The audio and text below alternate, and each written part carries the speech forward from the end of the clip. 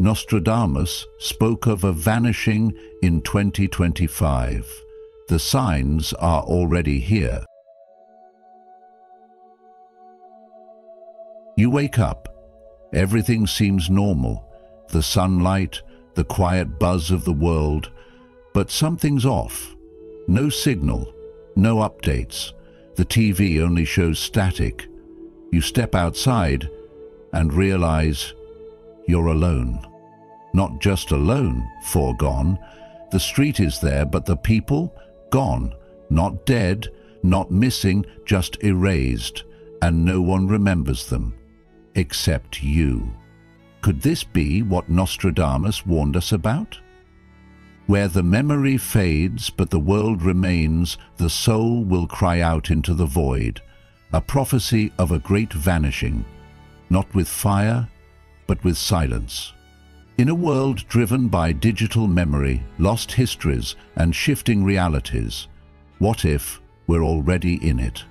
Before we dig deeper, like, share, and subscribe to the Journey of Wisdom. Your support helps us uncover ancient truths that still echo in today's world. Number 1. Disappearance of cities. Throughout history, Nostradamus's cryptic verses have intrigued and unsettled readers, often interpreted as forewarnings of war, disease, and upheaval. But within his mysterious quatrains lies something even more chilling. An echoing theme of complete erasure, of cities and civilizations simply vanishing. Unlike predictions of visible disasters like war or fire, these warnings point to something much harder to grasp: the sudden, unexplained disappearance of entire regions, as if wiped off the map by forces beyond human understanding. This idea may sound far-fetched to some, yet when viewed through the lens of modern scientific and environmental trends, his words begin to carry an unsettling weight. Nostradamus wrote of a great city becoming desolate before a lunar cycle ends, drowned by rising waters and emptied of its people forever. It is eerily close to the reality many coastal cities now face, as sea levels continue to rise due to climate change, bringing with them the risk of widespread displacement, or worse, permanent submergence. The image of a modern metropolis like Miami, Jakarta, or Venice being swallowed by the sea is no longer the stuff of fantasy. It is a growing probability, driven by melting glaciers, shifting tectonic plates, and unchecked human impact on the Earth's balance. And while history has seen lost cities, like Atlantis, swallowed by myth, or Pompeii, frozen by volcanic wrath, today's threats are both visible and invisible, coming not just from nature, but from within our systems, from the very way we live and ignore the warnings. Yet there's another layer here that many overlook. Nostradamus didn't just warn of physical collapse. He hinted at a kind of disappearance that defies physical explanation. What if the vanishing he spoke of isn't just cities crumbling under rising tides, but an erasure of presence itself, a slipping out of our known dimension? In our age, where science explores the edges of quantum realities and multiverse theories, it's not as strange as it once sounded. Perhaps his cryptic vision of the ocean rising beyond its walls is not just about water, but a metaphor for forces breaching our world from beyond the veil of perception, where time, space, and identity dissolve. And while that may sound like science fiction, it's a compelling way to understand how fast change is coming and how little control we seem to have. Whether it's the physical loss of a place we hold dear or the spiritual vanishing of meaning in a hyper-connected, oversaturated world, the idea of disappearance feels increasingly real. In today's world, the signs of vanishing are already here, seen in the erosion of cultures, in people disconnected from each other despite the illusion of being always online, and in places physically crumbling under the weight of environmental neglect.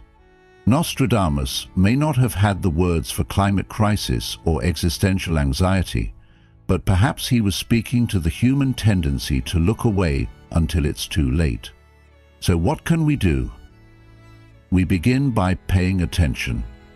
We ground ourselves in what is real, what is present, and what still can be protected. This isn't about fear, it's about awareness. We are not powerless. The future is shaped not only by prophecies. If we slow down, care more for the earth, rebuild our sense of community, and act mindfully, we can prevent a future where cities, or parts of ourselves, vanish into silence.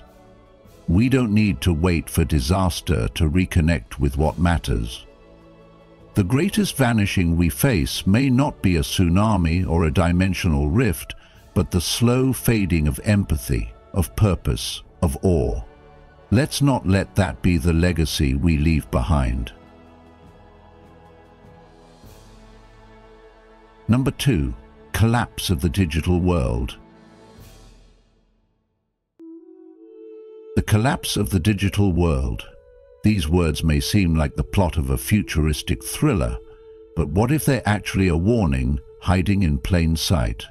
Nostradamus once wrote, "The great fire in the sky shall be seen, the great power shall be lost in the night. A silence shall follow, unknown to the wise, and the world shall be as before the light." For centuries, people have tried to decode these lines, often linking them to celestial disasters or apocalyptic events. But in today's world, many are starting to believe that this great power might not be a physical one. It could be our digital infrastructure, the invisible network that holds modern life together. So, what would it really mean if that power vanished overnight? Think about how much of your life exists in the digital space. Your photos, your messages, your money, your memories, your identity. It's all data. Now, imagine waking up tomorrow and finding it all gone. Not just a power outage or your Wi-Fi acting up, but a complete and irreversible erasure. No internet, no digital records, banks, hospitals, schools, governments, all paralyzed. Your entire online life vanished like mist in the morning sun. It may sound extreme, but history has already given us a glimpse of what this could look like. In 1859, a massive solar storm known as the Carrington event caused telegraph systems to burst into flames and shut down entirely. That was a time when electricity was in its infancy. If a storm of that magnitude struck today, it could wipe out satellites, fry our power grids, and send society back into the dark, literally and metaphorically. And here's where it gets more concerning. What if this collapse doesn't come from nature, but from human hands? Cybersecurity experts have warned us for years that a large-scale cyber attack could be just around the corner. Rogue nations, powerful AI systems, or even coordinated hacker groups could target the very systems that keep the modern world spinning.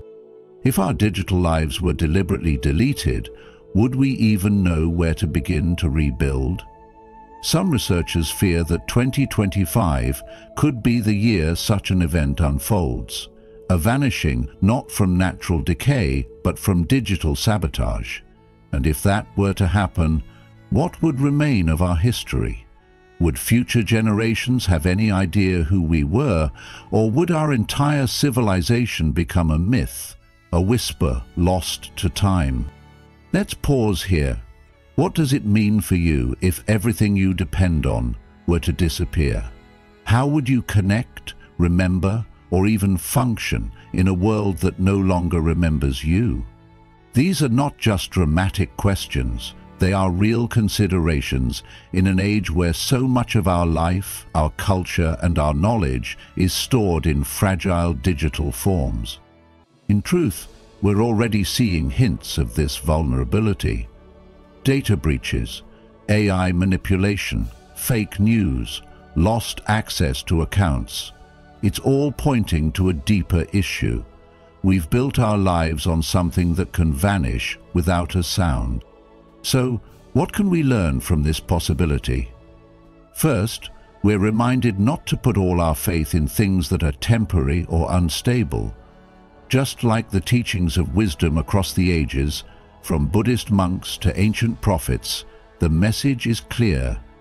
Build your life on what's real, not what's fleeting. Nurture relationships. Preserve knowledge in ways that don't depend solely on screens, and find your center within, not in the cloud.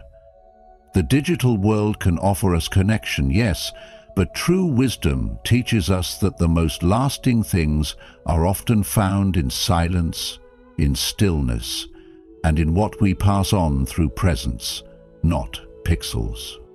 So, I ask you, if everything you know online were to disappear today, what would still remain with you? And are you living in a way that honors the things no storm can erase? Let this be a moment to reflect, not in fear, but in awareness. Because the more mindful we are of what truly matters, the less power the vanishing has over us. Number 3. Erasure of a bloodline. Let me tell you a story, not just a tale from the past, but a warning whispered from centuries ago. Nostradamus, the enigmatic seer whose cryptic verses have stirred both awe and fear, spoke of something chilling. A ruler without heir shall perish, the lineage shall end with thunder, and his name shall fade from memory. This is not just poetic doom. It's a prophecy that speaks of the total erasure of a bloodline. Think about that for a moment. Not just the fall of a leader, not just the end of an era, but the complete and total vanishing of a family's legacy. We've seen dynasties collapse before, kings dethroned, empires overthrown, corporate empires dissolved. But usually something remains. A name in the history books, a descendant carrying on the legacy, a reminder that they once existed. But what if 2025 is different? What if this is the year that a prominent bloodline is not only broken, but forgotten? No heirs, no successors, not even a record left behind. It's a haunting idea. Now, imagine a powerful political family that's been in the spotlight for generations, suddenly gone. Or a royal lineage, centuries old, silenced overnight, leaving a gaping hole in history. What could cause such a vanishing? Could it be an unexpected tragedy, a global crisis, or perhaps something more silent, like an internal collapse or betrayal? Nostradamus mentions thunder, which might symbolize sudden chaos or a powerful disruption, something loud, dramatic, and final. And when he says, "His name shall fade from memory," it raises a deeper question. Is it possible to erase someone's entire existence in the modern world, where everything is documented, stored, and archived? Or is this about more than just physical disappearance? Could it point to a spiritual or cultural vanishing, where someone once known and respected becomes irrelevant, unwanted, or even erased from collective memory by the shifting tides of society? And here's where it gets personal. Why would this matter to you?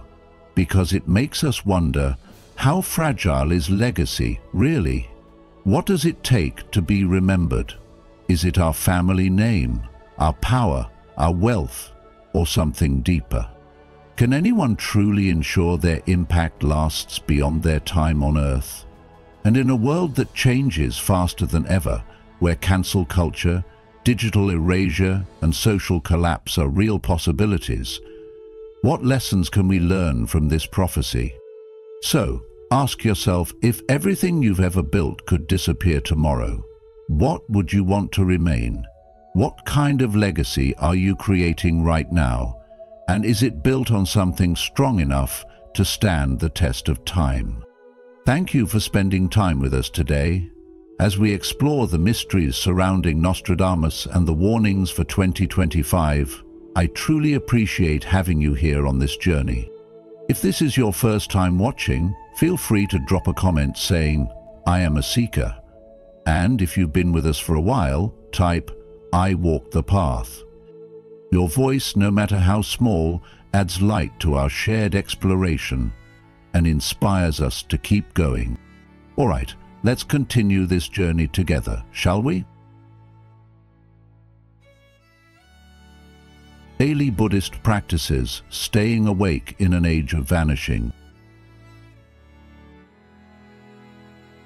In the Dhammapada, the Buddha once said, "All conditioned things are impermanent, like bubbles, like a dream, like a flash of lightning in a storm." In a world that's changing faster than ever, where cities can sink beneath rising seas, digital memories can vanish in an instant, and even entire bloodlines can be erased from history, this teaching has never felt more timely or more true. Buddhism doesn't come to spread fear, but to bring us back to the truth that all things are impermanent, and everything we cling to will eventually shift, fade, or disappear. And yet it is in fully accepting that impermanence that we discover real peace and true freedom.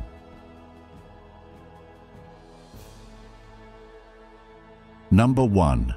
Facing loss with mindfulness. In the rush of modern life, where everything seems to vanish before we can truly hold it, from digital memories lost in a crash, to relationships that slowly drift away, to the steady disappearance of what once felt stable, Buddhist wisdom offers us a grounded way to face these uncertainties through mindfulness.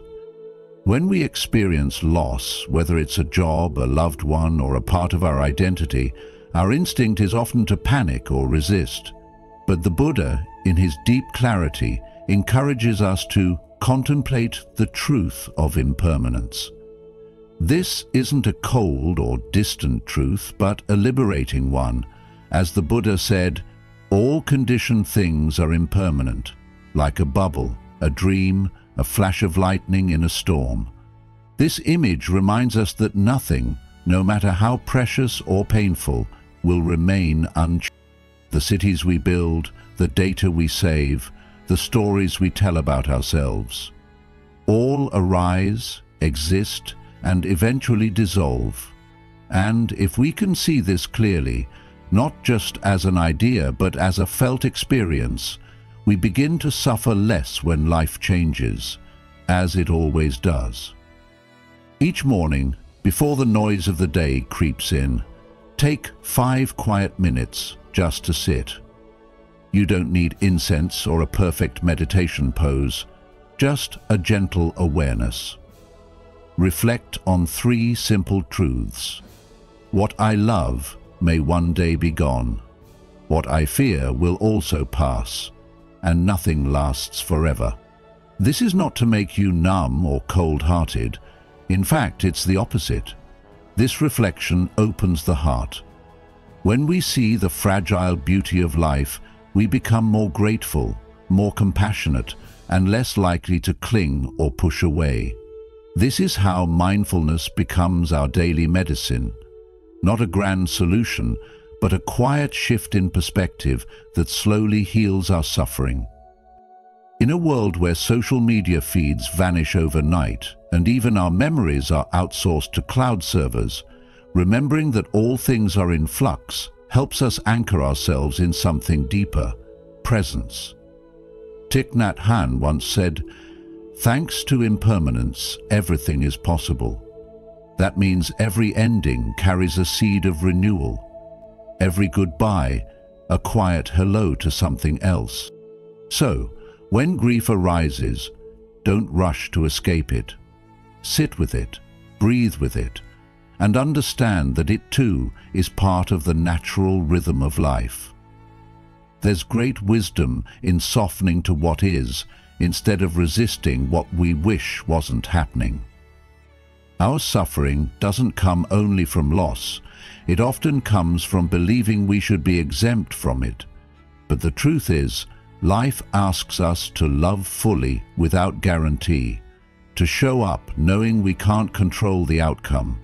And this quiet courage is what transforms ordinary people into awakened ones. As we weave this practice into our day again and again, we begin to wake up from the illusion of permanence. We learn to hold life lightly, but with full attention, and in doing so, we don't just survive the vanishing, we grow wiser because of it. Number 2, be fully alive in this moment. Let's take a breath together. Not just a quick inhale and exhale, but a conscious, present breath that connects you to now. This is where we begin, because mindfulness, in its true form, is not some trendy idea or temporary fix. It's a way of returning home, to your body, to your breath, to the only moment you truly have, this one. In a world full of noise, distraction, and constant demands on your attention, it's easy to drift away from the richness of real life. But mindfulness is the art of waking up. It's how we stop sleepwalking through our days and start showing up, fully and sincerely, for every moment. So when we talk about daily Buddhist practices, mindfulness is like the heartbeat of it all. It's not about adding more things to your to-do list. It's about doing what you're already doing, but doing it with your whole heart. Take something as ordinary as drinking water.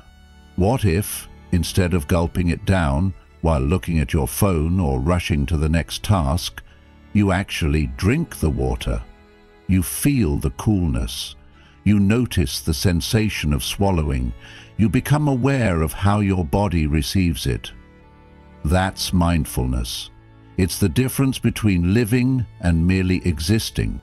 When you're walking, do you feel the ground beneath your feet? Do you notice the air moving in and out of your lungs? Or are you lost in your thoughts, scrolling through worries and what-ifs?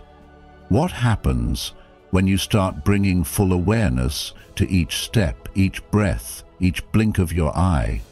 Even when you're scrolling on your phone, something we all do, there's a moment of choice. You can pause and ask yourself, am I truly present right now, or am I just reacting out of habit? That small question holds so much power. In Buddhism, mindfulness is how we come back to what's real, not what we imagine, not what we're afraid of, not what we regret, but what is. And the beautiful thing is, it's available to you all the time, no special tools needed, just attention. But here's the challenge, and also the invitation. Can you treat your attention like the sacred thing it is? Because in this modern world, attention is currency. So many things are fighting to steal it. But mindfulness helps you reclaim it. It brings you home. And it's through that consistent return, breath after breath, moment after moment, that we begin to feel more alive, more grounded, more in tune with ourselves and with the people around us. Ask yourself this: when was the last time I truly experienced this moment without trying to rush past it? It's a simple question, but it can open a doorway to a more peaceful, conscious life. So let's make it practical. You don't need to sit on a cushion or light incense to practice mindfulness. You just need to begin where you are. Washing dishes. Wash them with your full presence. Talking with a friend. Listen, really listen. without checking your phone or planning your reply. Waiting in line? That's a moment to breathe. Life gives us so many small windows to practice, and the more you do it, the more natural it becomes. Mindfulness isn't about doing everything slowly or perfectly. It's about doing it awake, living with awareness instead of autopilot. And when we live this way, even the ordinary becomes sacred. So what's the takeaway here? The lesson is this: your presence is your power. Mindfulness isn't about escaping life. It's about entering it completely, one breath at a time, one step at a time, one moment at a time. And when we show up to life like that, with kindness, awareness, and care, we don't just change how we experience the world, we change how the world experiences us. So today, ask yourself, how can I be more present, more awake right now? The answer doesn't need to be perfect. It just needs to be honest. And that's more than enough. Number 4, connect with the invisible web of life. Before closing your eyes at night, take a gentle pause. Not to scroll, not to worry, not even to reflect, but to simply offer what goodness you've cultivated during the day. This quiet act of dedicating merit is one of the most meaningful ways we stay awake in a world that so often seems to be falling asleep. In Buddhism, to dedicate merit means to transfer any positive energy, any goodness we've created, toward the benefit of others. It might be a small act of kindness you offered, a moment of patience you held, or even the fact that you tried to be more mindful today. As you sit or lie in bed, silently say, "May all beings be happy. May all beings be safe. May any goodness I created today ease someone else's suffering." These words may seem simple, but they carry deep energy, an intention that extends beyond our individual selves and touches the larger unseen web of life. This isn't about religion or ritual, it's about relationship. Understanding that we are deeply interconnected with all beings, near and far, seen and unseen. In our modern world, where we often measure worth by productivity and recognition, the idea that unseen kindness can ripple outward may feel unimportant, but it is not. As the Buddha taught, drop by drop, the water pot is filled. One act of love, one moment of mindfulness, builds upon another. And even if our names fade from memory, the impact of our hearts does not. We live in an age of vanishing, vanishing attention, vanishing time, vanishing silence. And yet the one thing that cannot be erased is love offered freely and without attachment. Think of it like planting seeds in a garden you may never see bloom. That doesn't make the act any less sacred. In fact, it makes it even more profound. This daily dedication is not just a spiritual practice, it's an emotional anchor. It reminds us that our lives have meaning not because of what we achieve, but because of how we show up for others, even in small and quiet ways. The great teacher Thich Nhat Hanh once said, "When you love someone, the best thing you can offer is your presence." How can you love if you are not there? In this light, dedicating merit is an act of presence. Presence with our own hearts, and with the suffering and joy of the world.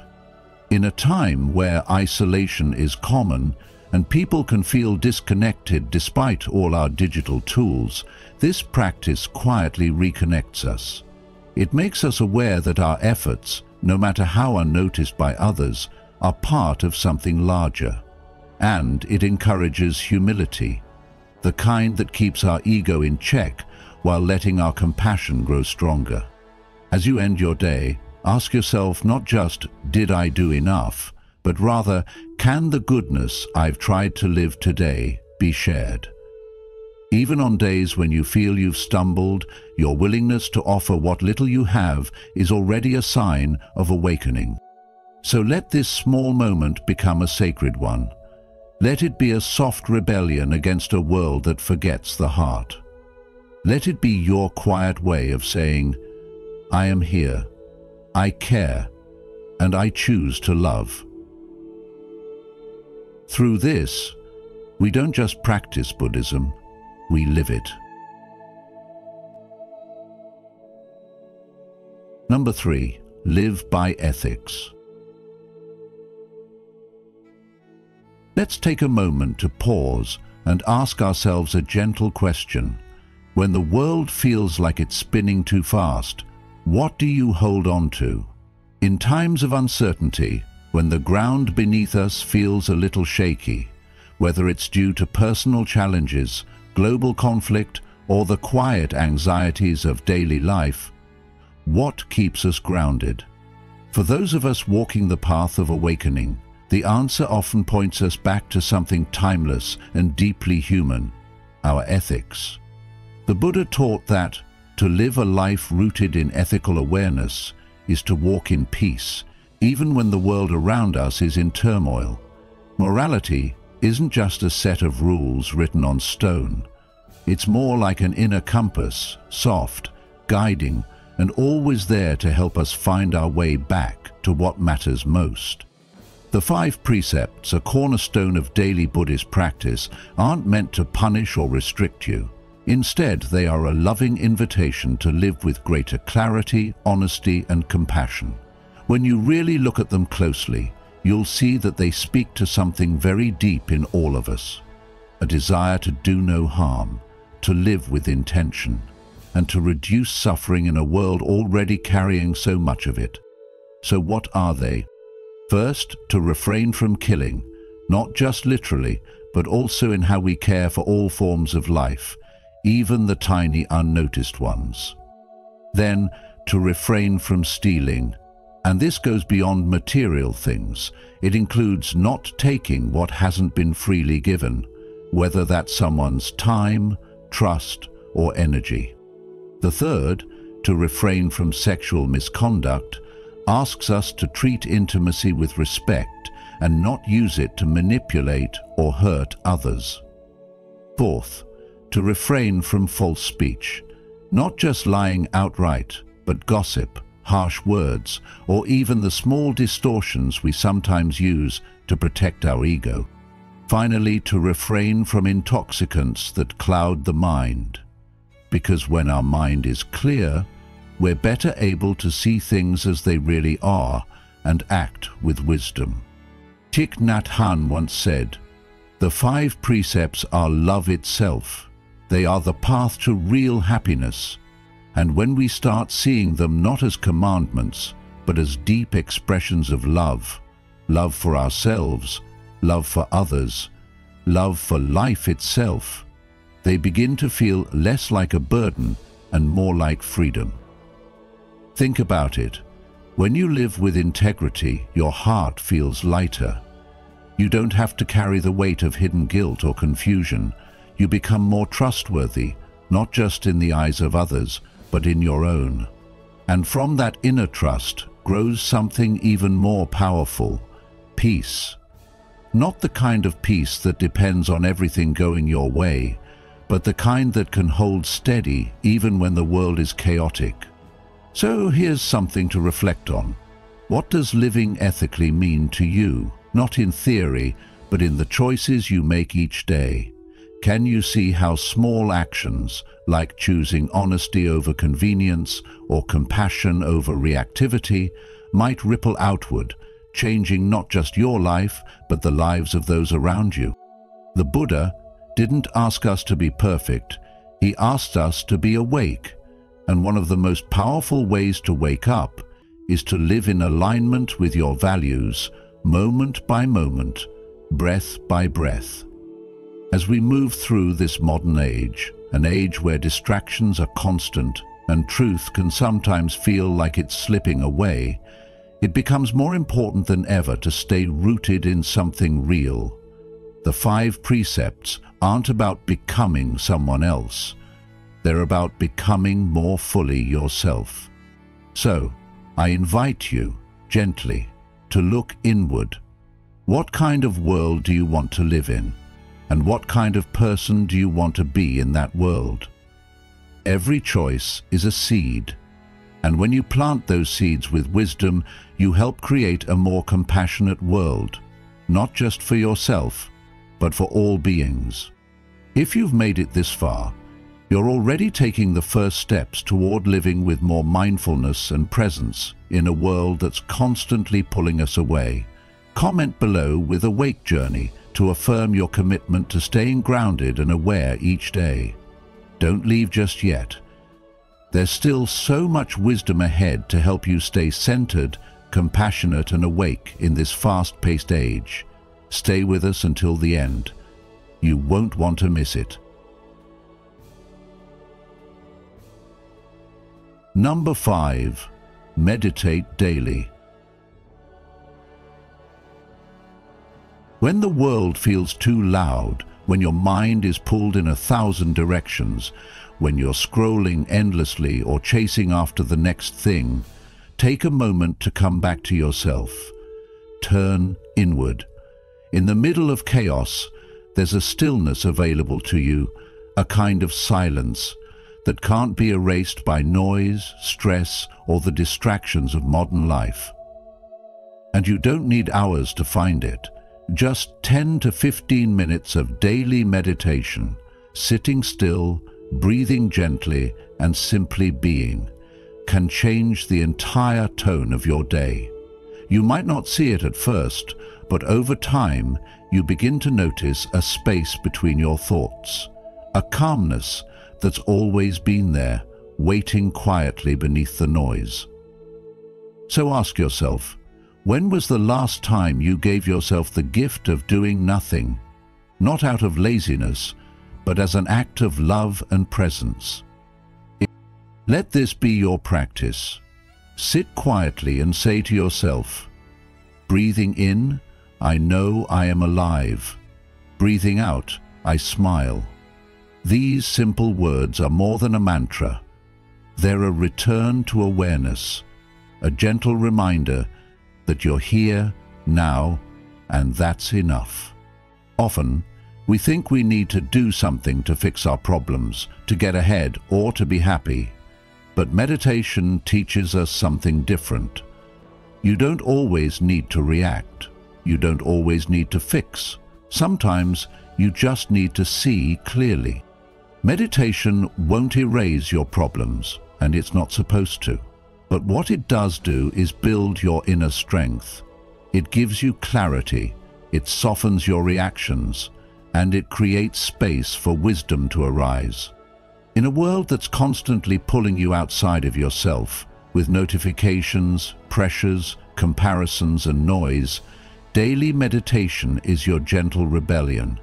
It's how you remember that you're more than your to-do list, more than your worries, more than the roles you play. With every breath you take in stillness, you reconnect to something deeper, a part of you that's steady, quiet, and at peace, no matter what's going on outside. Doesn't that sound like something worth returning to?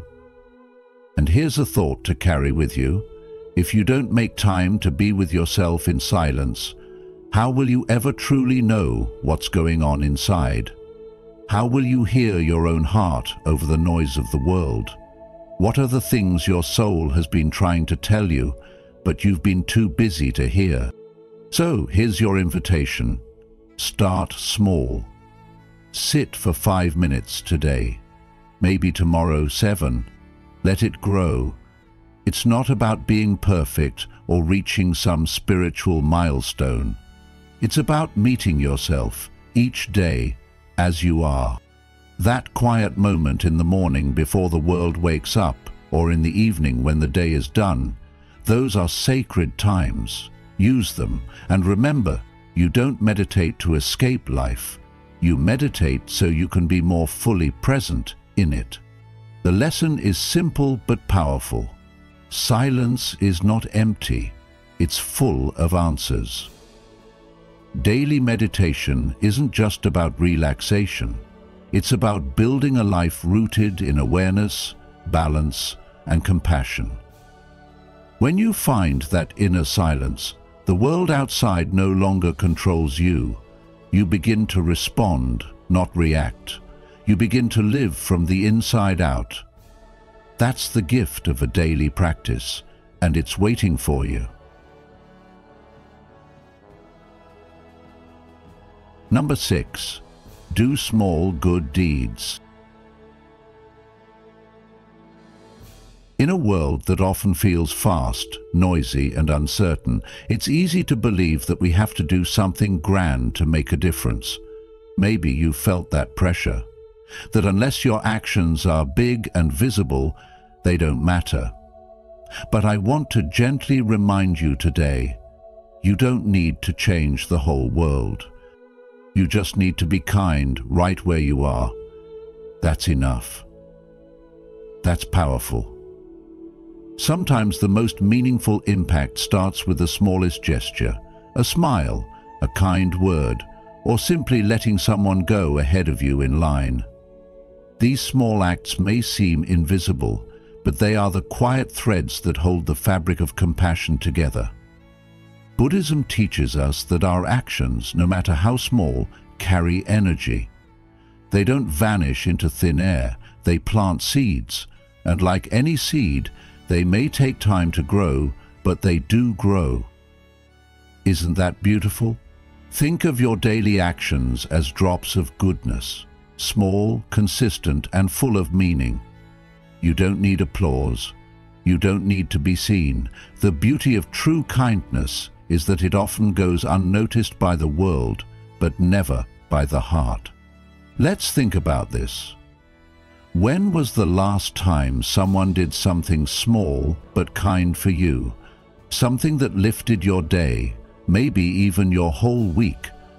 Maybe someone held the door open for you when you were carrying too much. Maybe a stranger complimented your smile, or a friend sent you a message just to say they were thinking of you. Do you remember how that made you feel? Now imagine that you can be that light for someone else, without needing anything in return. What kind of world would we live in if more of us did that, just once a day? And this isn't just about others. These small good deeds reshape you. Every kind action you do, especially the ones that are quiet and humble, trains your heart to become softer, more spacious, more awake. You begin to notice more. You begin to care more. You start walking through life not just existing, but truly living, with your heart open and your presence strong. Zen master Thich Nhat Hanh said, "The present moment is filled with joy and happiness. If you are attentive, you will see it. Doing good for others brings you right into that present moment, awake, connected, and alive." There is something magical that happens when we give without needing recognition. It shifts the focus from me to we. It brings us closer to each other. It heals the loneliness we didn't know we were carrying. And maybe that's the legacy we're meant to leave.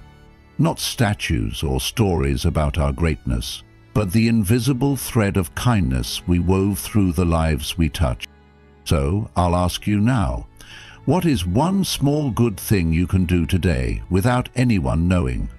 Could you check in on someone who might be feeling lonely? Could you speak gently when frustration rises? Could you clean something without being asked? These are not just chores or niceties. They are offerings. They are seeds. You may never see them bloom, but someone will. Somewhere, someday. And when things feel overwhelming and you're unsure what to do next, just come back to this simple truth. Every small act of kindness is a sacred step on the path. You are never too small to make a difference. You are never too late to begin.